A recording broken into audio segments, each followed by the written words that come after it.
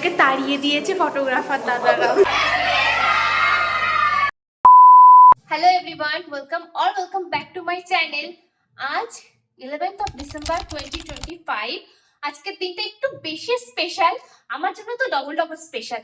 প্রথম কারণটা হচ্ছে আজ আমার মা বাবার 29তম অ্যানিভার্সারি, বিবাহ বার্ষিকী। সেই ব্লগটা আমি কিছুদিন পরে পোস্ট করব। আর আরেকটা কারণ, সেটা হচ্ছে আজ আমার ফ্রেন্ড বিপাশার এনগেজমেন্ট। মানে আমি ওদের দুজনকে স্কুল থেকে দেখছি, ওরা স্কুল থেকে একসাথে আছে, এখনো একসাথে আছে, ফাইনালি এনগেজড হতে চলেছে আজকে। আর খুব ভীষণ এক্সাইটেড। সকালবেলায় ওদের আশীর্বাদ ছিল এন্ড রাতে এনগেজমেন্ট। আশীর্বাদ আমি অ্যাটেন্ড করতে পারিনি, তাই জন্য আমি এনগেজমেন্টেই যাচ্ছি। তাড়াতাড়ি আমাকে ফিরতে হবে। এর দুটো কারণ, এক তো আমি একটু অসুস্থ, আর দুই আমি মানে বাড়ি ফেরার জন্য গাড়ি পাবো না। আমার বাড়িটা বেশ অনেকটা দূরে, তো ওই শীতের রাতে একা একা আমি বাড়ি ফিরবো, তারপরে যদি গাড়ি না পাই তো ভীষণ অসুবিধা হয়ে যাবে। তাই জন্য আমাকে তাড়াতাড়ি গিয়ে তাড়াতাড়ি ফিরে আসতে হবে। তাই জন্য আর বেশি কথা বলছি না, ছট করে রেডি হয়ে নিই, তারপরে আবার দেখা হচ্ছে।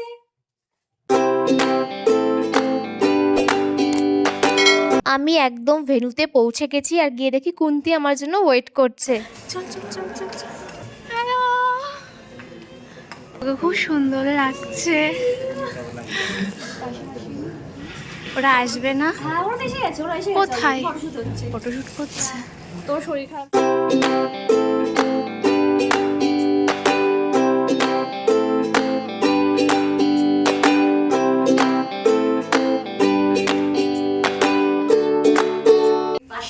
আস্তে আস্তে সবার বিয়ে হয়ে যাবে। আমরা এখন যাচ্ছি ব্রাইডের সাথে মিট করতে। কেমন লাগছে কুন্তি? কেমন? আমাকে দেখতে কেমন? ও তাই বল, আমি इतनी सुंदर हूँ मैं क्या करूँ। আমরা যেখানে ফটোশুট হচ্ছে, যাই দেখে আসি। আমাদেরকে তাড়িয়ে দিয়েছে ফটোগ্রাফার দাদারা। ওখানে শুভ আছে। বাই দ্য ওয়ে, দুপুরবেলা জানিস না আমরা যেই ফটো তুলতে যাচ্ছি লোকজন এসে আমাদের তাড়িয়ে দিয়েছিল। गजब बेइज्जती है। এই শোন না, এই ব্লগটা তুই কয় পোস্ট করবি? এক বছর পর করে করবি। আমার এনগেজমেন্টে কি কি খেয়েছে সেটা এক বছর পর।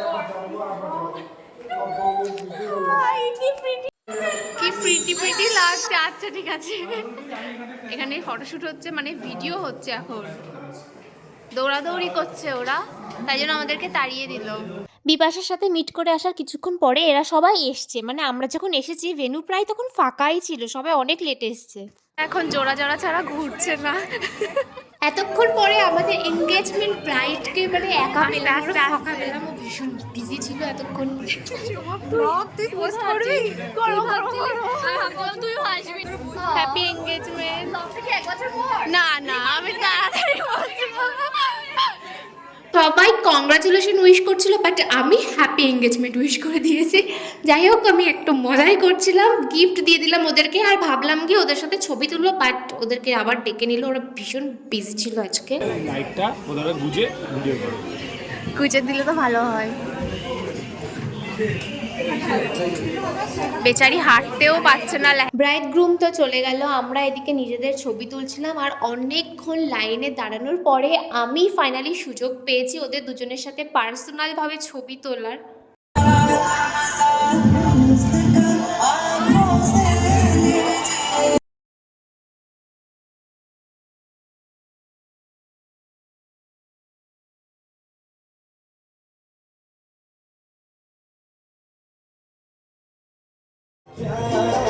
সবাই সিঙ্গেল ভাবে ওদের সাথে ছবি তোলার পরে আমরা যে ফ্রেন্ডসরা মিলে যে গ্রুপটা এসেছিলাম, সবাই মিলে একটা ছবি তোলার চেষ্টা করা হচ্ছে। আর দেখো আমরা এত স্ট্রাগল করছিলাম মানে ছবিটা তোলার জন্য, কে কোথায় দাঁড়াবো এটা ডিসাইড করতেই আমাদের 15 মিনিট লেগে গেছে।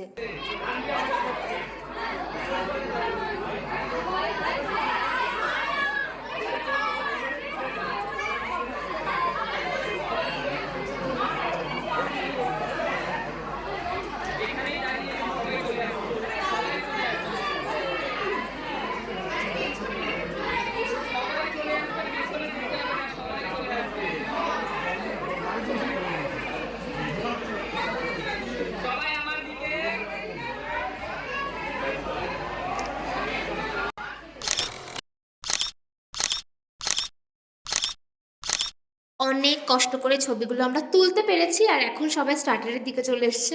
আমার শারীরিক কন্ডিশনের কারণে আমি এখানে কোনো কিছুই খেতে পারবো না।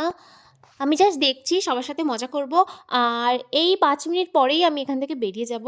আর এখানে অলরেডি সবাই স্টার্টার খাওয়া শুরু করে দিয়েছে। এখন তো সবাই ভীষণই এনজয় করছিলাম, সবাই খুব ডান্স করছে, খুব।